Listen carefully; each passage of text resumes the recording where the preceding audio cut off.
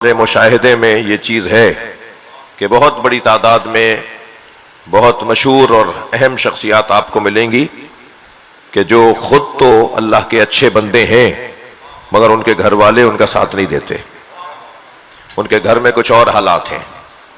ان کی زوجہ ان کا ساتھ نہیں دیتی, ان کے بچے ان کا ساتھ نہیں دیتے, عزیز و اقارب کچھ اور بولتے ہیں اور وہ کچھ اور بولتے ہیں.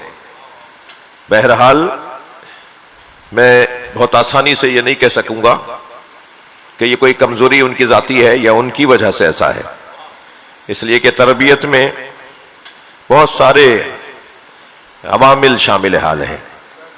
صرف اور صرف والدین کی تربیت عامل اول یا عامل اصلی یا عامل واحد نہیں ہے. صرف والدین کی تربیت ہی عامل نہیں ہے. تربیت ماحول اثر انداز ہوتا ہے, دوستوں کا اثر پڑتا ہے, اساتذہ کا اثر پڑتا ہے. کتنی چیزیں ہو گئیں؟ 3. والدین, اساتذہ, دوست احباب, ماحول. کتنی چیزیں ہو گئیں؟ 4. اور 5ویں چیز ہے توفیق من اللہ. والد بہت برا, ماحول بہت گندا, دوست احباب بھی ناکارہ, اساتذہ بھی ناہنجار, مگر پھر بھی رضی اللہ تعالیٰ عنہ ہو گئے, پھر بھی محترم ہو گئے.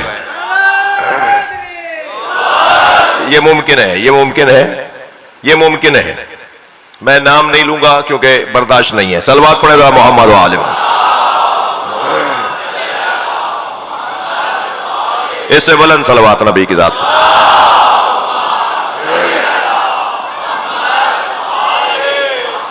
بعض اوقات یہ 5 چیزیں شامل حال ہو سکتی ہوں, یعنی اساتذہ بھی اچھے مل جائیں, دوست بھی اچھے مل جائیں, ماحول بھی اچھا, جس دور میں زندگی گزاریں دور بھی اچھا ہو, علاقہ اچھا ہو, محلہ اچھا ہو, پڑوس اچھا ہو, ماحول اچھا ہو. جی والدین بھی بہترین, اساتذہ بھی اچھے, دوست بھی اچھے, ماحول بھی اچھا, اور پروردگار عالم کی طرف سے توفیق.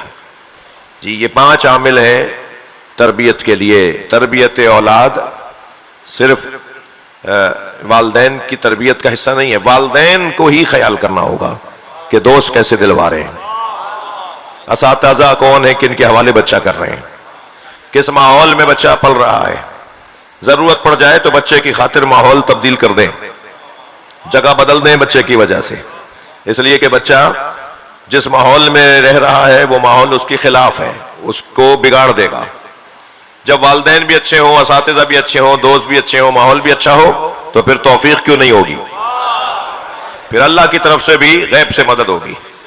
اور عزیزان گرامی اس کی اتنی مثالیں ہیں کہ کبھی والدین بہت اچھے ہوتے ہیں مگر اولاد بگڑ جاتی ہے, کبھی ماحول بہت اچھا ہوتا ہے پھر بھی اولاد بگڑ جاتی ہے, کبھی اساتذہ اچھے ہوتے ہیں تب بھی یہ تربیت یافتہ نہیں ہوتا, دوست بھی اچھے تھے تربیت یافتہ نہیں ہوا. لیکن کوئی ایک عامل بھی بعض اوقات اچھا بنا دیتا ہے, اور کبھی ایک سے زیادہ عوامل اچھا بناتے ہیں, اور کبھی ایسا بھی ہوتا ہے کہ کوئی حالات بھی اچھے نہ ہو مگر پروردگار عالم کی طرف سے توفیق ہوتی ہے جو اسے اچھا بنا دیتی ہے. مجلس میں جوانوں کی تعداد خاصی ہے, صاحبان اولاد لوگ بھی بیٹھے ہیں, جن کے بچے ہیں, جن کے بچے چھوٹے ہیں, یا جن کے بچے ابھی تربیت کے مرحلے سے گزر رہے ہیں. یقین رکھیے کہ پروردگار عالم نے ہمیں جس در سے اور جس گھر سے جوڑا ہے اس گھر کا اولین ہدف ہے یہدون بامرنا. اس گھر کا پہلا مقصد یہ ہے کہ وہ اللہ کے امر کی رہنمائی کرنے والے ہیں. اور دیکھیے بظاہر ہم 1400 سال بعد آئے ہیں, یعنی وحی نازل ہونے کے بعد, قرآن اترنے کے بعد, ختم نبوت کے بعد, خاتم المرسلین کے بعد, مولا علی کے زمانے سے 1400 سال بعد آئے ہیں, کربلا کا واقعہ گزرنے کے 1400 سال بعد آئے ہیں, مگر ہمیں اس چراغ ہدایت نے, اس کشتی نجات نے, جسے امام حسین کہتے ہیں, ہمارے لیے ایسا اہتمام کر دیا ہے کہ ہم بظاہر 1400 سال بعد ہیں مگر ہر کچھ دیر کے بعد 1400 سال پہلے چلے جاتے ہیں.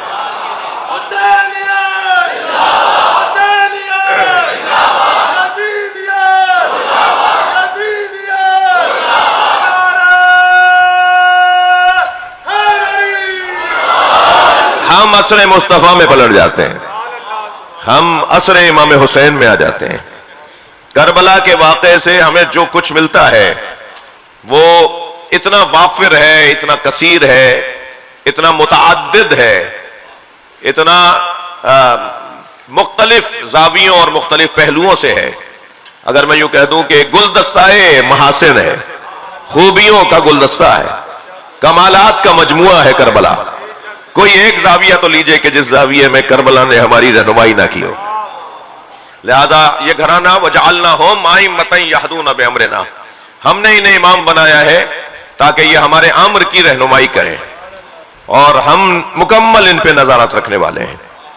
لہذا آپ دیکھیے کہ کربلا کے اس واقعے کے اندر اس گھرانے کی امامت میں اگر اسی پہلو کی طرف تھوڑی دیر توجہ کی جائے، جس کی طرف میں نے آج آپ کی توجہ دلانا چاہیے کہ تربیت کیسے ہونی ہے، بہتر کیسے بننا ہے، بہتر کیسے بنانا ہے۔ دوبارہ سے دوہرا رہا ہوں، کوشش کریں گے کہ ماحول اچھا ہو۔ ماحول کیسے اچھا ہوتا ہے؟ ماحول خود بخود اچھا نہیں ہوتا۔ ماحول وہ جو آپ کے اطراف میں ہے، ہال میں ہے، اطراف میں ہے، وہ جو آپ کے ارد گرد ہے، وہ خود اچھا نہیں ہوتا۔ وہ خود مجموعے کا کام ہے، وہ خود اجتماع کا کام ہے، وہ چند گھروں کا کام ہے، وہ مختلف افراد کا کام ہے۔ ایسا نہیں ہوگا کہ کوئی ایک گھر اچھا ہوگا تو ماحول اچھا ہو جائے گا۔ سب کو اچھا بننا پڑے گا تب ماحول اچھا ہوگا، سب کو خوبیاں لینی ہوں گی تب جا کے ماحول اچھا ہوگا۔ ماحول کیسے اچھا بنتا ہے؟ میں ایک موٹی سی بات کر رہا ہوں۔ ماحول اچھا بنانے کے لیے، تھک تو نہیں رہے آپ؟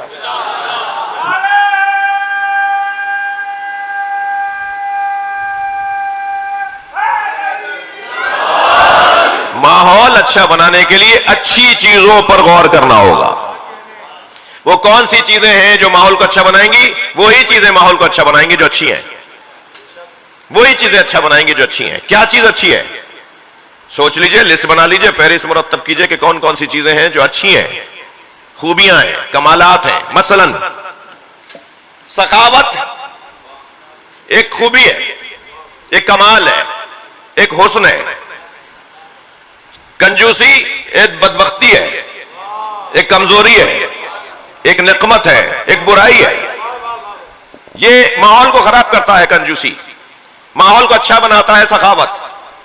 جو میرے بزرگ بیٹھے ہیں، یہ اگر تھوڑا سا اپنے بزرگوں کو یاد رکھیں، بظاہر اتنے متمول اور اتنے زیادہ عیش و عشرت والی ان کی زندگیاں نہیں تھی، سادہ تھے، سادی زندگیاں تھیں، مگر سخی تھے۔ ان کے ہاں کوئی آیا ہوا بھوکا نہیں جاتا تھا، وہ اپنے گھر مہمانوں کو ڈھونڈ ڈھونڈ کے لاتے تھے، اکیلے دسترخوان پہ نہیں بیٹھتے تھے جب تک کہ دوسرا کوئی ان کا دوست آ کے اس کے ساتھ نہ بیٹھے۔ ایسا ہی ہے نہیں؟ ایک عنوان ماحول کو اچھا بنانے میں سخاوت ہے۔ دیکھیے اس مجلس کا، کربلا کے تذکرے کا ایک اثر یہ ہے کہ یہ اپنے وابستہ لوگوں کو، یعنی ہمیں، اپنے چاہنے والوں کو دینے والا بناتے ہیں، لینے والا نہیں بناتے۔ یہ جو جذبہ ہے نا، دینے کا جذبہ، کربلا کیا سکھا رہی ہے؟ کربلا دینا سکھا رہی ہے۔ اسلام کا کیا پیغام ہے؟ اسلام کا پیغام ہے دیو، دو۔ لن تنالوا البر حتى تنفقوا مما تحبون۔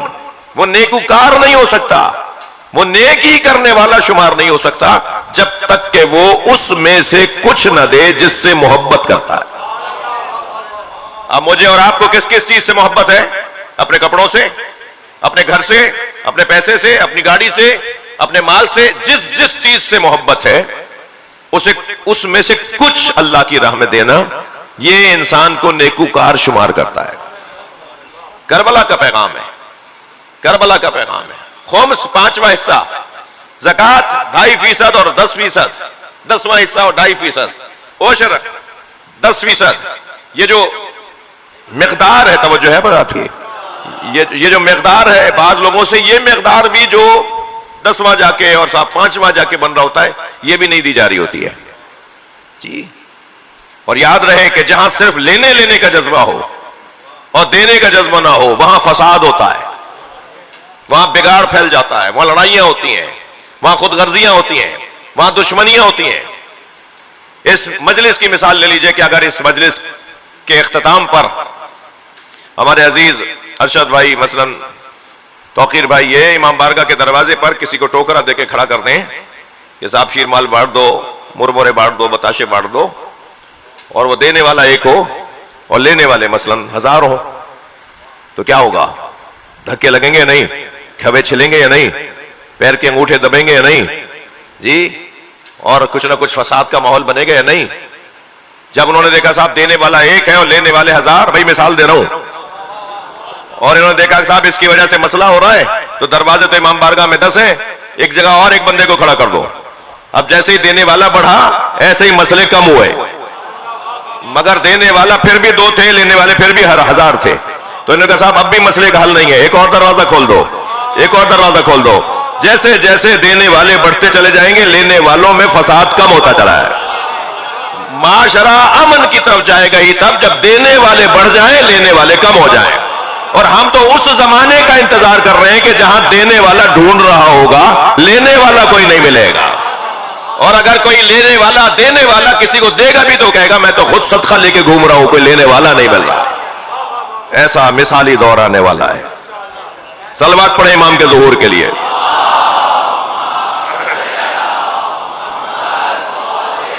ماحول اچھا ہو جائے گا۔ میں نے ایک مثال دی ہے، پسندیدہ میرا مضمون ہے کہ کیسے تربیت ہوگی معاشرے کی، یہ پورے عشرے کا مضمون تھا جو میں نے آپ کو جلدی سے گنوا دیا۔ گفتگو ہو پہلے کہ والدین کی تربیت کیسے ہوگی اور والدین کیسے تربیت کریں گے، ماحول کو کیسے بہتر بنایا جائے گا، اساتذہ کو کیسے ڈھونڈنا ہوگا، دوستوں کو کیسے ڈھونڈنا ہوگا۔ ہر ایک کو دوست نہیں بنانا، ان بچوں سے کہہ رہا ہوں، ہر ہاتھ ملانے والا دوست نہیں ہوتا، ہر ساتھ بیٹھنے والا دوست نہیں ہوتا، ہر ایک کو دوست مت بنانا۔ دوست اسی کو ماننا جو آخرت میں بھی کام آ سکے، دوست وہی ہے جو وہاں بھی کام آئے، اور وہاں دشمنی نہ بدل جائے یہاں دنیا کی دوستی۔ تو دوستی کیسے، دوست کیسے کہتے ہیں؟ مکمل گفتگو ہے، مکمل گفتگو ہے کہ دوست کیسا ہوتا ہے۔ ایسے ہی مکمل گفتگو ہے کہ توفیق کیسے حاصل ہوتی ہے۔ توفیق کا ایک قاعدہ اور ایک اصول میں آپ کے سامنے رکھ دیتا ہوں، ایک صرف ایک۔ اللہ کی طرف سے توفیق جب بڑھتی ہے جب اس کی نعمتوں پہ شکر بڑھ جائے۔ صلوات پڑھیں ذرا محمد و آل محمد۔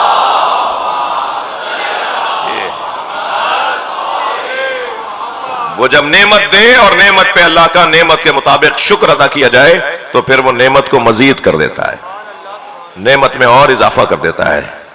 عزیزان گرامی، تربیت کا ایک عنوان میں نے آپ سے کہا، میں نے عرض کیا کہ ماحول ہے۔ یہ مجلس اعزابی ماحول ساز ہے۔ یہ مجلس، یہ عزاداری، یہ جلوس، یہ ماتم، یہ ذکر اہل بیت میں شرکت، یہ ماحول ساز ہے۔ کربلا ماحول سازی کا ایک منفرد عنوان ہے۔ کربلا ہمیں کچھ دیر کے لیے، مجلس اعزا ہمیں کچھ دیر کے لیے کربلا میں لے آتی ہے، خاص طور پہ جب مصائب کا بیان ہوتا ہے ہم اتنی دیر میں کربلا آ جاتے ہیں۔ یہ سارا مجمع میرے ساتھ ابھی کربلا چلے گا۔ جب ذاکر کربلا، ذاکر امام حسین بیان کرتا ہے نا کہ حضرت علی اکبر کو برچھی کیسے لگی، تو مجمع پورا اس ماحول میں چلا جاتا ہے جسے کربلا کہا جاتا ہے، اس سرزمین پہ چلا جاتا ہے۔ جب پڑھنے والا پڑھتا ہے کہ حضرت قاسم پہ گھوڑے کیسے دوڑے، تو ماحول مکمل کربلائی ہو جاتا ہے۔ جب پڑھنے والا بیان کرتا ہے کہ حضرت عباس کے بازو کاٹے گئے اور حضرت عباس کی مشق میں تیر لگا، اور پھر ایسا بھی ہوا کہ حضرت عباس کے آنکھ میں تیر لگا، پھر وہ جب بیان کرتا ہے کہ حضرت عباس کے سر پہ گرز لگا، اجرکم اللہ، تو یہ رونے والا سوچتا ہے کہ جس کے بازو کٹ گئے وہ زمین پر گرا کیسے ہو۔ اجرکم اللہ، اجرکم اللہ۔ جن کے مذہب میں رونا جائز ہے تکلف کر کے نہ روئیں، اللہ آپ کو کسی غم میں نہ رلائے سوائے غم اہل بیت میں، ہمیں رونے اور رلانے والوں میں قرار دے۔